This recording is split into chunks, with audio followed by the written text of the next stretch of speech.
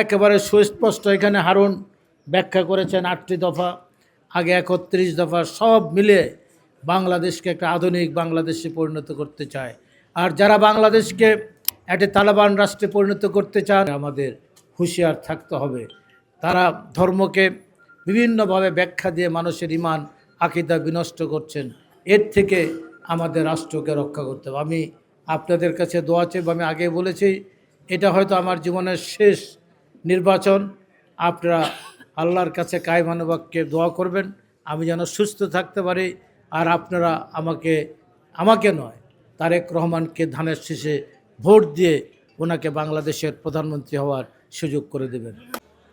এই কথাটা ভুলু বাইরে না বলি আমরা বলতে পারি না। ভোটের অধিকার আদায়ের জন্য যে পরিবারটা সবচেয়ে বড় নির্যাতিত, বেশি নির্যাতিত, সে পরিবার কোনটা ভাই? সেটা হলো জিয়াউর রহমানের পরিবার।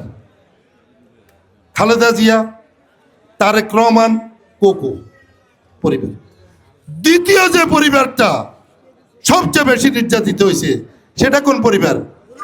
সেটা হলো বুলু ভাইয়ের পরিবার।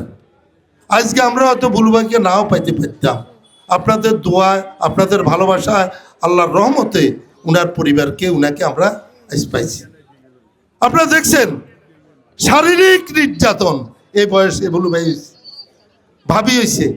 উনাদের বড় সন্তান সানিয়া পঙ্গু হয়ে গেছে।